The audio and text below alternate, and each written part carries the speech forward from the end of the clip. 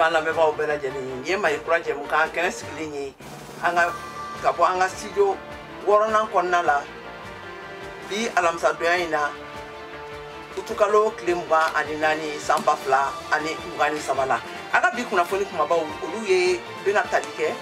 fɛn min ye avion min binna kunungo jamana kan ni u ka cakɛda dɔ bɛ yen nɔ n'u bɛ taama sira ko n'u bɛ avion ko ninnu olu ye sɛbɛntiyali kɛ k'a jira k'a fɔ ko Rusiw ka kɛnyɛrɛye lafasalikɛkulu n'a tɔgɔ ko Wagner o ɲɛmɔgɔba ale n'a ka mɔgɔ dɔw de tun bɛ a kɔnɔna na nka fo ka se fo sisan ma Rusi fanga yɛrɛ ma se ka ladɔnniyali kɛ a kan u ma kuma a kan fɔlɔ nka kuma caman kɔni bɛ a koɲa kan a fɔlɔfɔlɔ o ye mun ye komi u tun bɛ jihadi kɛlɛ la Sahel jamanaw kɔnɔna na ayiwa yala u ka taabolo o bɛna kɛ cogoya di Sahel jamanaw kɔnɔna na a kɔ bɛna kɛ cogoya di sisan Sahel jamanaw ma kɛrɛnkɛrɛnnenya la Mali jamana yɛrɛ ma hali ni Mali faamaw ma sɔn ka jɔ u la k'a fɔ ko Wagner tun t'u ka dugu la nka a kuma dɔw kɔni tun dira bɔlɔlɔw ni sira wɛrɛw kan kunnafoni sira wɛrɛw kan minnu b'a sɛbɛntiya an bɛna an ka lasilikɛlaw ani an ka sɛgɛsɛgɛlikɛlaw politiki dɔnbagalajɛw ani lakanakɛlaw lakana sɛgɛsɛgɛlikɛlaw lamɛn a kow kan jɛmukan kɔnɔna na o tɛmɛnen kɔ ka bɔ yen nɔ fɛn min ye Donald Trump ye n'o ye l'Amérique jamanatigi kɔrɔ ye ale ka kannabɔlen don cɛboya nɔfɛ ko kura san 2024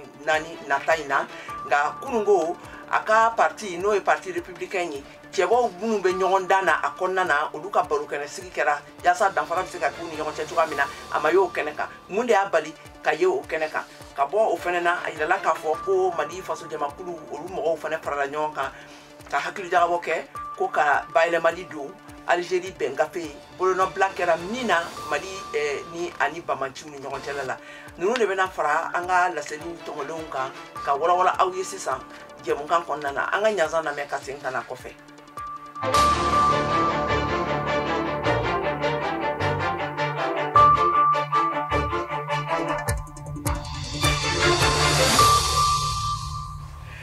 Awa ka tila ka segin ka foli kɛ an lamɛnbagaw bɛɛ lajɛlen ye k'a fɔ y'aw k'aw bisimila Malikura jɛmukan kɛnɛ kan bi alamisa donya in na utukalo tile 24 san 2023 la aw tulo bɛ Keyatu Tarawele de kumakan na ka bɔ studio 6nan kɔnɔna na VOA soba la Washington DC ka tɛmɛ n'an ka kunnafoni ye fɛn min ye Rusiw ka cakɛda ye n'a tɔgɔ ko Agence Russe pour le transport aérien Rosaviatsia ale ye sɛbɛntiyali kɛ k'a fɔ ko pankurun dɔ binna u ka dugudennin dɔ kɛrɛfɛ ka taa Moscou n'o ye Rusila faaba o dafɛ ye ko u y'a yira k'a fɔ ko fɛn min ye Rusiw ka lafasakɛkulu kɛnyɛrɛye kulu n'a bɛ wele ko Wagner o ɲɛmɔgɔ Evgeny Prigozhin ale n'a masurumamɔgɔw k'olu de tun bɛ a kɔnɔna na nka a fɔ furantile kunungo kana se bi ma awa Rusiw yɛrɛ ka faamasow olu ma kuma a kan nka ni cakɛda in kɔni y'a jira k'a fɔ mɔgɔ fɛn fɛn kɔni tun bɛ pankuru in kɔnɔ u bɛɛ nin tora kasara in na an ka Modibo Dambele lamɛn a kan. Rusi jamana ka cakɛda mun janbɛ faso jama ka pankunu koɲa la ko kɛnyɛrɛye marifatigi kulu Wagner tutigɛbaga ni a tɔɲɔgɔn mɔgɔ 6 minnu tun bɛ u ka kɛnyɛrɛye pankunu dɔ kɔnɔ bina arabadon ka fara pankunu bolila mɔgɔ 3 kan kisilikɛlaw ye su 10 o de sɔrɔ ye minnu lasera Rusi jamana ka fasere sɛbɛn olu ye mɔgɔ dɔw fɔ minnu bugunatigɛ ma dɔn ni u ni Wagner ka suru olu ka fɔli la u ko Wagner ye laseli kɛ k'a fɔ ko Prigozhin ko a sara mɔgɔ 10 olu de tun bɛ pankunu kɔnɔna la a bɛ bin wagati min na Tver ni ale bɛ Moscou ale kɛɲɛka yanfan na tɔgɔ minnu dira a tɔgɔ kun b'o la a yirala k'a fɔ ko ni mɔgɔ ninnu bɛɛ sara ni laseli kɛra Rusi jamana ka cakɛda mun bɛ kojugu ani ko balalenw k'olu o kunbɛn Wagner ale jabala la Saint Petersburg yelen dɔw kɔni olu mɛnɛna ye minnu bɛ i n'a fɔ kura ale tagamasere la ni Prigozhin ale kanubagaw u ye fɛn balalen dɔ dilan yaasa ka tasibila kɛ a ye nka Kremlin ani Rusi jamana ka sardasiw ka minisiriso olu si ma fosi fɔ nin ko in na wagatili min na kuma caman kɔni bɛ kan ka fɔ Rusi jamana y'a jira k'a fɔ ko nin pankunu binni a kun ma se ka dɔn ko sɛgɛsɛgɛli dɔ dayɛlɛ la polisiw olu kɔni ye larawulili baara kɛ pankunu binna yɔrɔ min na Kozenkino ni ani Moscou ye kilomɛtiri 300 ye jamana kɛɲɛka ani Tilebin yanfan na wagatini min na sɛgɛsɛgɛlikɛlaw bɛ jateminɛ la mobiliw nana ka na su ninnu ta ka taa yala Prigogine n'ale ye Irisu ka kɛnyɛrɛ ye kulu Wagner ɲɛmɔgɔba ye ka saya bɛna na kɔlɔlɔ bila Wagner ka taabolo kan Sahel marayɔrɔw kɔnɔna na wa yaasa ka jaabili di aw ma an ka lamɛnbagaw bɛɛ lajɛlen ma o la an ka lasirikɛla Mariam Kuyate ale wulila ka ɲininkali tɛŋunen sɛmɛ Dr Ali Tunkara la. Dr Tunkara ale lakana taabolo olu sɛgɛsɛgɛli kɛla a n'a dɔnbaga lajɛ ka bɔ Bamakɔ an ka u ka masala lamɛn. Prigogine ka fatuli n'a kɛra ko sabatilen ye badabada fɛn min ye lakana ko ye Sahel jamana kɔnɔ kɛrɛnkɛrɛnyala Mali la yalima a bɛna fiɲɛ bila o la a ka gɛlɛ a ka fiɲɛ bila o la sabu ale bɛn a tɛ tɔn in labɛnnen bɛ ka se hakɛ min na maa kelen ka fatuli tɛ yɛlɛma foyi don a la. Ayiwa Dr Tunkara ka kɛɲɛ ni Wagner yɛrɛ ka koɲaw ye Mali ɲɛmaw olu kɔni y'a yira k'a fɔ ko bɛnkan sɛbɛn b'u ni Rusi ɲɛmaw dɔrɔn ni ɲɔgɔn cɛ i ka yeta ye mun ye o la? Maa minnu fana bɛ Sahel jamana kan a kɛra Prigogine ka maaw ye a kɛra Irisu ka sɔrɔdasiw ye a ka gɛlɛ loni kɛ cogo la k'i bɛ se ka danfara don u ni ɲɔgɔn cɛ hali n'i ye ani jamana ɲɛmaa Irisu ka jamana ɲɛmaa ka taanikasegin lajɛ i b'a ye k'a fɔ ko nin ye tɔn min ni maa bɛ se ka fɔ ani Irisula sɔrɔdasiw danfara foyi t'u cɛ loni kɛ cogo la. Maa bɛ se ka nin ko in da minɛn min kɔnɔ dɔrɔn siga tɛ min na Sahel jamana kɔnɔ bi nasara jamanaw bɛ ɲɔgɔn dan na o ɲɔgɔndan feerew kɔnɔna la fɛn tɛ yen u tɛ sɔn ka mɛn kɛ u ka dalilu sɔrɔ k'a fɔ u bɛ mɛn kɛ u na kɛ sababu ye u na Sahel jamana tɔnɔbɔ o tɔnɔbɔli kama a kɛra ka maaw dɛmɛ sɔrɔdasiya hukumu kɔnɔna la o a kɛra ka maaw dɛmɛ ɲɛtaga baaraw la o mun kosɔn ka se ka Sahel jamana tɔnɔbɔ Faransi b'o la Allemagne b'o la Irisila b'o la Chinois b'o la fo ka taa se Amerikaw ma o fana bɛ kɔfɛ n'i ye nin tɔn yɛrɛ lajɛ i b'a ye kuma dɔw la hali maaw bɛ u ka dɛmɛ ɲini maa min ni ma sɔminen tun bɛ i n'a fɔ Chinois na u ɲɔgɔnnaw kuma dɔw la nin tɔn kelen i b'a ye yɔrɔ wɛrɛw la baaraw la tɔgɔ wɛrɛ b'a la min tɛ tɔgɔ min dɔnnen bɛ Sahel jamanaw fɛ n'o ye Wagner ye nin bɛɛ bɛ min yira ka kuma kuncɛ nin yɔrɔ in na dɔrɔn o ye k'a fɔ ko tɔn in tɛ tɔn ye k'a fɔ ko ani Irisila sɔrɔdasiw tɛ ɲɔgɔn kalama tɔn ye tɔn min ni a dulonlen bɛ Irisila finitigiw la walima a bɛ se ka fɔ Irisila finitigiw ka bolofara dɔ don.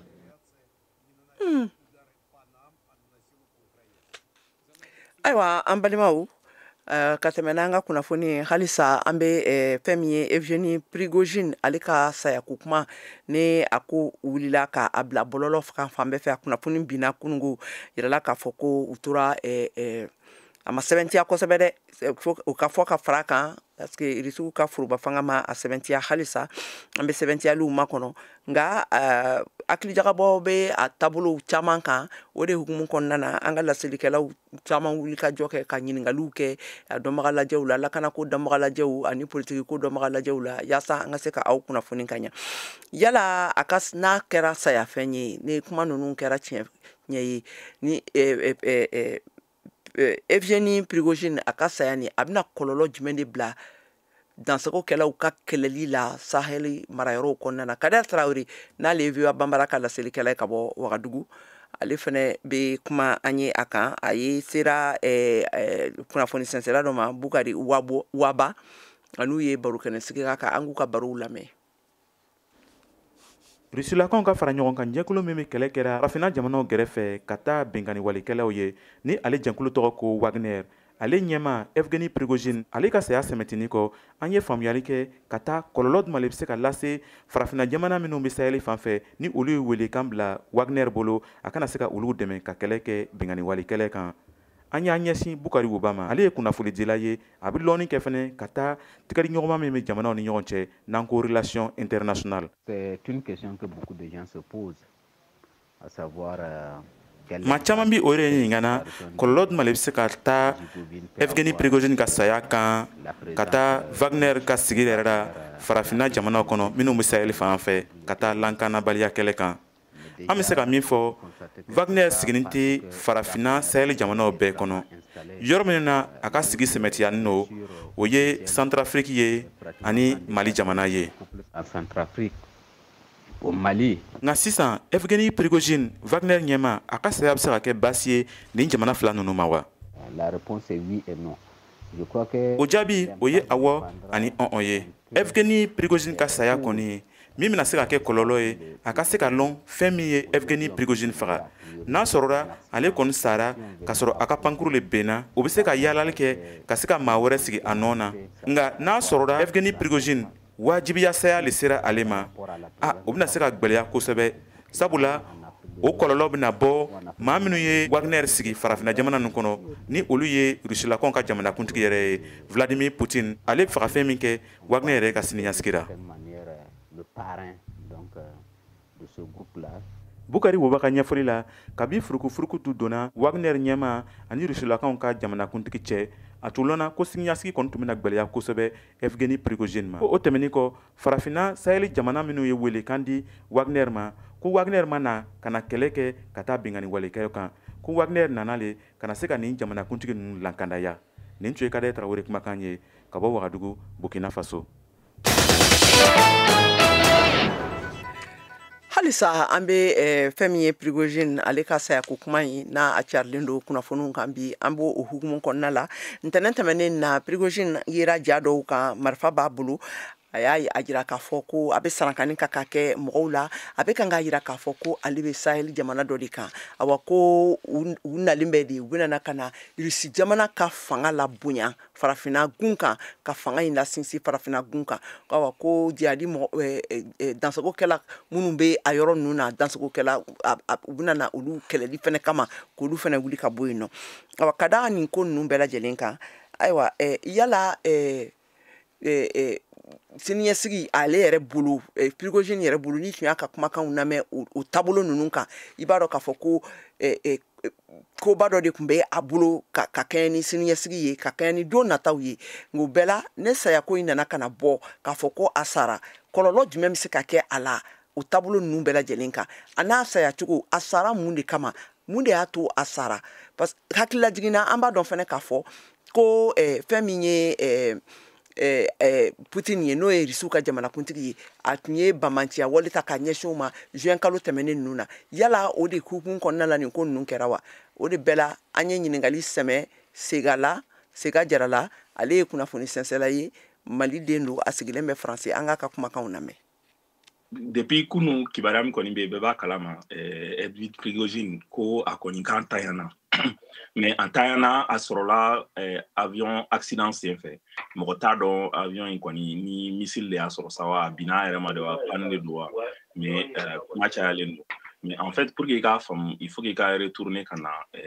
PMC Wagner ye rébellion min kɛ ani furukufuruku min bɛ u ni Poutine cɛ pour que i ka se ka u ka situation fɔ bɛɛ b'a dɔn an delila ka kuma o kan c'est que Wagner sɔrɔdasiw kɔni kun murutila wagati dɔ donc u muruti kun tɛ dɔwɛrɛ ye ko ka u ka situation lajɛ ani en même temps u yɛrɛ fana ka avenir bɛ cogo min na bɛɛ b'a dɔn Wagner sɔrɔdasiw kɔni u lielen tɛ Rusi jamana la ani ni u ni Rusi jamana baara kɛ u bɛ baara kɛ Rusi jamana tɔgɔ la donc o kɛra maloya koba ye Poutine ma donc o kɛra maloya koba ye Poutine ma parce que pratiquement Wagner tun bɛ ɲini k'i kunda Moscou kan information tun t'u bolo donc bɛɛ y'a ye kɔni ko Poutine ye mɔgɔ ye an yɛrɛ b'a fɔ cogo min na ko mɔgɔ min don ko a yafa man nɔgɔn donc a yafa man nɔgɔn o de la ni avion bin kɔni min kɛra kunun mɔgɔ caman ɲɛ bɛ Poutine jala kɔfɛ parce que n'i y'a jateminɛ fana Prigozhin kelen ma ntanya ani a kɛrɛfɛ mɔgɔ surunma gɛlɛman caman o tun bɛ avion in kɔnɔ ka se fo mɔgɔ 10 ɲɔgɔn ma donc an kɔni bɛ se ka min ye kɔni o ye de k'a fɔ rébellion in kɔfɛ Wagner kɔni ni u ka siège démontera Saint-Pétersbourg an b'a ye nin ye étape filanan ye donc an bɛɛ kun sigilen don n'a ye pratiquement ko Poutine kɔni ko a bɛ i venger nin rébellion in na k'a tɛ nin ko bila tan. D'accord, n'a sɔrɔ nin ko nin kɛra tiɲɛ ye sisan k'a fɔ ko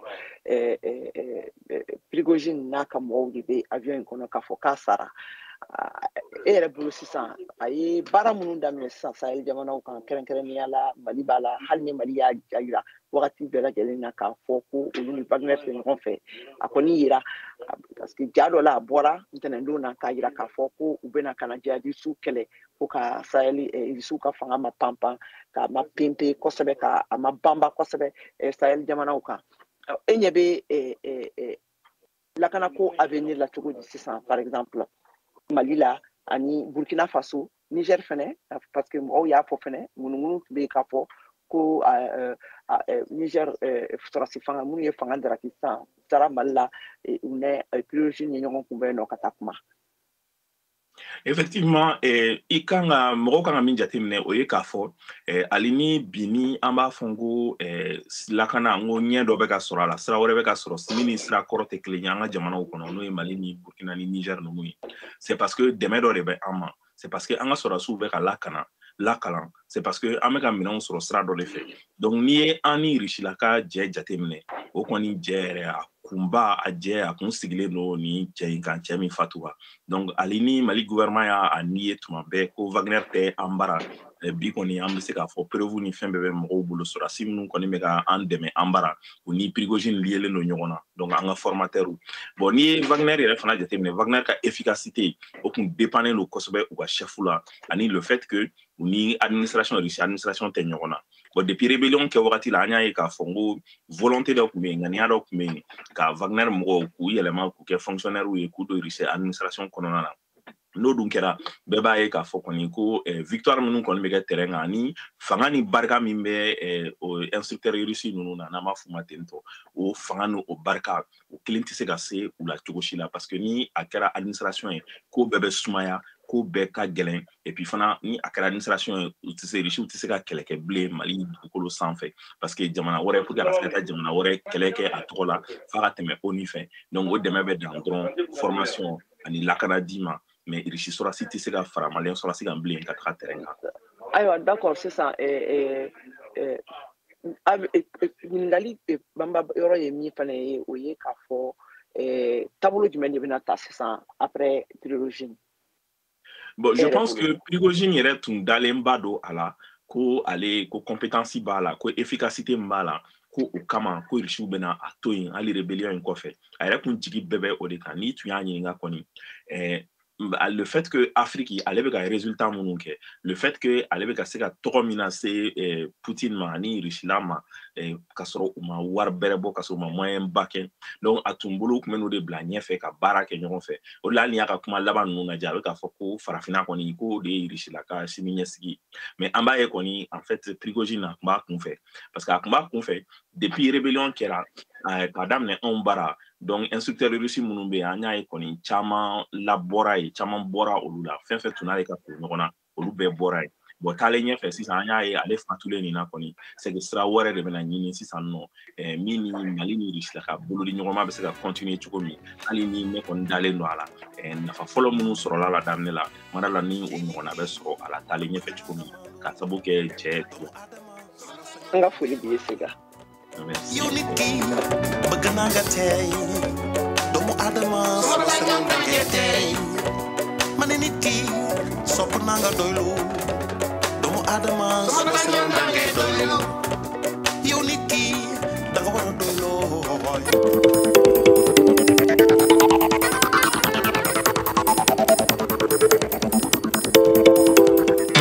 VOA Afrique ni VOA Afrique ye una adamadenw lafiyara kunnafoni ko la. Alisa habe Mali kura jɛmukan de kan ka lamɛn ayiwa ka tɛmɛ n'an ka kunnafoniw ye ka da Algérie bɛn gafe Mali ani Bamanci n'a lawaleyara san 2000 ani 15 wagati ninnu na ne bɛn ma kɛ a kan a lawaleyaliw kan fasojamakulu minnu bɛ Mali la olu y'a farala ɲɔgɔn kan ka hakilijagabɔ kɛ k'a jira k'a fɔ ko ka a bayɛlɛma Mohamed Danyogo n'ale ye VOA Bambara ka laselilikɛla ye ka bɔ Bamakɔ a bɛ kuma an ka kumakanw lamɛn. An ye k'a fɔ talata tɛmɛnen a ye lajɛrɛ kɛ aw farala ɲɔgɔn kan k'a jira k'a fɔ ko bɛnkan sɛbɛn bɛ Mali ani Bamanci marifatigikɔrɔw ni ɲɔgɔn cɛ ko gɛlɛya donn'o la wagati jumɛn de la a y'a jateminɛ k'a fɔ gɛlɛya donnen do la kɛrɛnkɛrɛnnenya la ni wagati laban in. An ko kabini baara daminɛ la gɛlɛya b'a la barisa lajɛ minnu tun bɛ ka kɛ olu tɛ kan ka kɛ tuguni nka mun ye an yɛrɛ tɔ siran ka taa fɛ an y'a ye o lajɛw tɛ kan ka kɛ u ye jɛkulu dɔ sigi sen kan ni ko CSP u ni gouvernement tɛ kan ka ɲɔgɔn faamuya o la o ko bɛ ka kɛ bon o y'a ye u yɛrɛ fɛnɛ bɛ ka fara dɔ bɛ ka b'o la dɔ bɛ ka taa gouvernement fan fɛ dɔ bɛ ka tulu fan fɛ nka mun yɛrɛ ye an tɔ siran komi tɔnba min bɛ yen n'o ye MINUSMA ye o ka baara fanba bɛɛ tun bɛ ni accord ko kan o ka baara jɔli ko bɛna taa an ko gɛlɛya ka ca kɔnɔ n'o fɛnɛ nana fara kan n'an ma wuli ka kuma pour que maliyɛnw ka se ka don o dugu la a laban bɛna kɛ fɔɲɔgɔnkɔ ye. donc aw yɛrɛ bolo mun de bɛ se ka kɛ sisan sabula a ye hakilina min di a yira ko bɛnkan sɛbɛn wɛrɛ kan ka dilan nka o denfaya bɛ di Mali yɛrɛ ma maa minnu bɛ kɔfɛ olu bɛ kɛ jateminɛlikɛlaw y'a ko la o tɛ yan. an m'a fɔ ko bɛnkan sɛbɛn bɛ dilan dɛ an ko bɛnkan sɛbɛn min bɛ yen o de bɛ lajɛ ka gɛlɛya minnu b'a kɔnɔ ka se ka segin a kan kura ye ka hakilina kuraw da ka tali kɛ ni sisan wagatiw ye nka a kalanni kɔnɔna la parce que a yirala bɛnkan min bɛ yen sariya dɔ b'a kɔnɔ mun b'a to e tɛ se ne tɛ se gouvernement kelen tɛ se minnu bolonɔ bilalen don a la olu de bɛ se ka sigi a kunna n'a sariya sen 65 n'a y'o fɔ donc anw bɛ wele de bila u ma komi dialogue national ko ka segin a kan k'a lajɛ assise nationale ko ka segin a kan k'a lajɛ ala y'a kɛ an ye constitution sɔrɔ donc an ko sisan maliyɛnw ka sigi k'a lajɛ fɛn min bɛ se ka kɛ fɛn min tɛ se ka kɛ u ka bɛn a kan ka bɛnkan kura ta a yɛlɛmaw kɔnɔna la an ka bɛn ka maliyɛnw de k'u tɛgɛ di ɲɔgɔn ma ka bɛnkan kura kɛ mun ɲɛmɔgɔya bɛ to maliyɛnw bolo minnu nana an dɛmɛ baara la olu bɛ kɛ kɔlɔsilibagaw ye olu bɛ kɛ seerew ye ni fɛn min ma ɲɛ u bɛ se k'a seereya ni mun ɲɛna u bɛ se k'a seereya mɛ a ɲɛmɔgɔya ka b'u bolo ka di maliyɛnw yɛrɛ dama ma. aw de bɛ kunnafoni mɔlen sɛnsɛnlen di anw ma bamanankan na VOA Afrique filɛ nin ye 102 fiɲɛ sira kan Bamako Mali la. An bɔra ka Siriman Sako de ka kumakanw lamɛn sisan Conseil national de la société civile secrétaire général ka tɛmɛ ne kunnafoni ye l'Amérique jamanakuntigi kɔrɔ Donald Trump ne a kan bɔlen don ko kura cɛbɔya nɔfɛ ka kɛ jamanakuntigi ye san 2024 jamanakuntigi ɲini kalataw la ma ye u ka kunungo républicains u ka cɛbɔw ka barokɛnɛ sigi kan mun y'a bali Modibo Dambele bɛ a ɲɛfɔ an ye.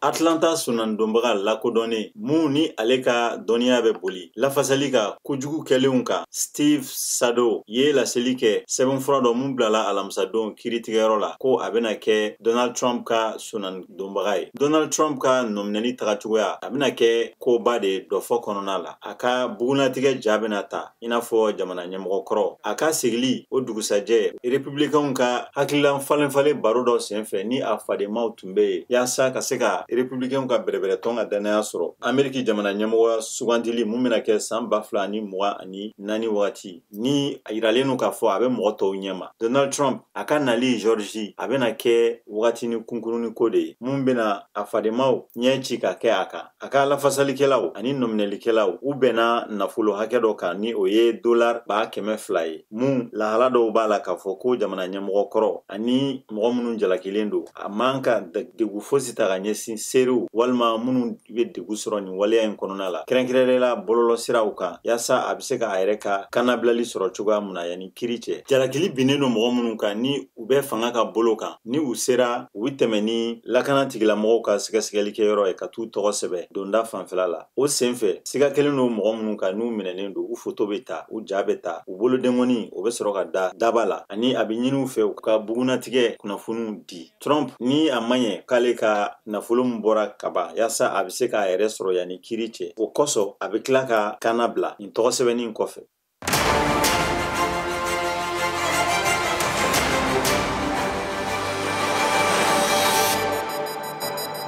A y'aw ka kunnafoniyaw sɔrɔ don o don sɔgɔma VOA tabalen kan VOA Bambara ka tile kunnafoniya kun fɔlɔw sanga 30 kɔnɔna na o bɛ kɛ don o don tɛnɛn ka taa bila juma la sɔgɔmada nɛgɛ kaɲɛ 7 mana tɛmɛ ni sanga 30 ye wa segin bi k'a kan tuguni nɛgɛ kaɲɛ 9 waati ni VOA tabalen ye a y'aw ka tile kunnafoniya kun fɔlɔw sɔrɔ Mali ale ni diɲɛ bina kun kan VOA tabalen ka kunnafoniya kunkun n'a ɲɛɲɛ di aw ma n'an baaraɲɔgɔnw ka wulikajɔ ye Mali kɔnɔna na farafina ale ni diɲɛ fantan 4 bɛɛ lajɛlen.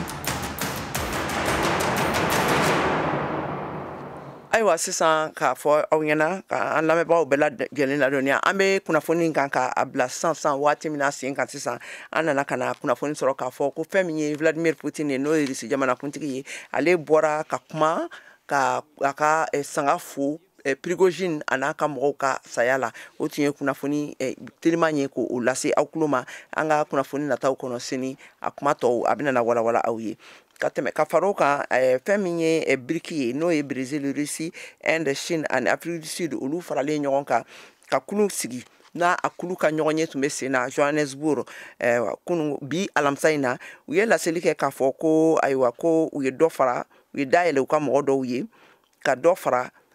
jamana 6 ɲɔgɔn na olu taara ka tɔndenya di olu ma o jamana 6 la Argentine, Égypte, Éthiopie, Arabie Saoudite ani Émirats Arabes Unis olu bɛɛ lajɛlen o jamana 6 ninnu farala biriki ka tɔndenw kan.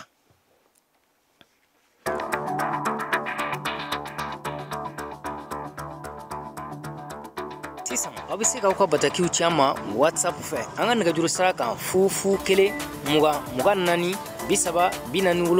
16 tɔgɔ ni jamu ani aw bɛ bɔ yɔrɔ min na aw bɛ o fɔ ka sɔrɔ k'aw ka bataki d'a kan.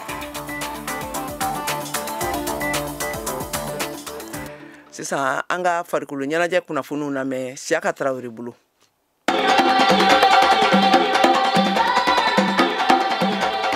Senatolonta bunagun kan farafina Coupe de la Confédération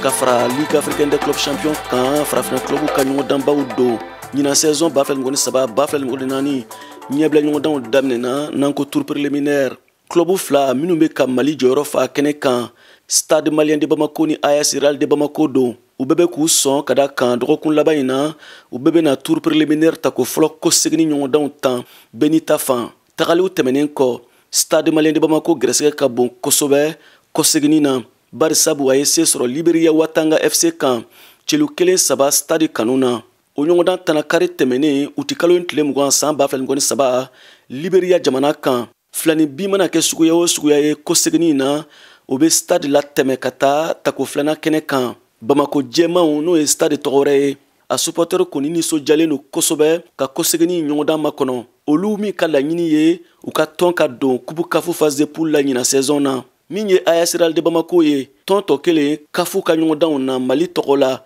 ale ka kow ma nɔgɔ ni b'a dɔn ale bɛ taa a ka qualification ɲini Coton Sport de Garoua fɛ Cameroun bari sabu tagali la Bamako yan sibiri tɛmɛnen a ye filani bin de kɛ kanankolo fan fila bɛ fɛ Coton Sport de Garoua ɲɛkɔrɔ nka senatɔlantan na foyi tɛ yen min ma deli ka ye nuhu jandina ka cɛdenw bɛ se ka se sɔrɔ Camerounkaw fɛ yen baara caman kɛra o siratigɛ la Real cɛdenw fɛ ka ɲɔgɔndan in kɔsegini makɔnɔ Mali club fila Stade ni Real senatɔlantan kanubaw b'a fɛ a ka nisɔndiya di u ma VOA Bambara tɔgɔ la Bamakɔ Siyaka Tarawele ka laseli don.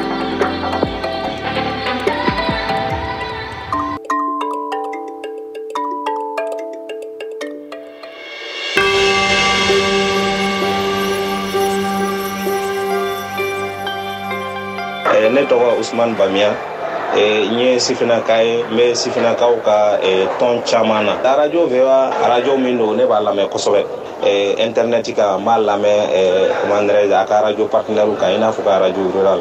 n ma deli ka mɛn tile kelen ko VOA Afrique ye information di ko information k'a ma ɲɛ ou bien walima nkalon b'a la ou bien walima autorités y'a contesté.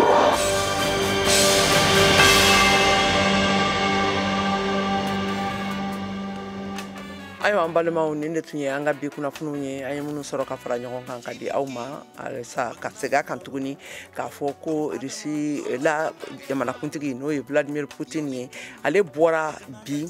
sisan k'an to nin an bɛ kunnafoni di aw ma wagati min na ka laseli kɛ ka sangafo kɛ Prigozhin a n'a ka jama u mɔgɔ a n'a ka lieutenant minnu min tora avion bin na a ye sangafo k'u ye ko ala ka yafa k'u ma ka tasibila kɛ u ye o de tun b'a fɛ k'a fɔ jɛmukan in labɛnna Cheikh Thierno fɛ a laseliw kɛra o ye ne Keyatu Tarawele fɛ an bɛ laɲini kɛ aw bɛɛ lajɛlen fɛ aw k'aw sagolen to u a ka kunnafoni siraw la radio ani télévision kan nin tun ye Keyatu Tarawele kumakan ye Mali kura kɛnɛ kan a k'an bɛɛ waati wɛrɛ.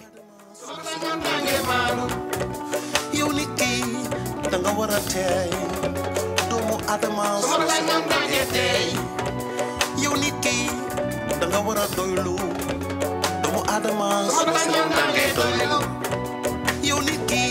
da nga war a doy looy yow ci li la yàlla jox bu li ko nangoo liggéey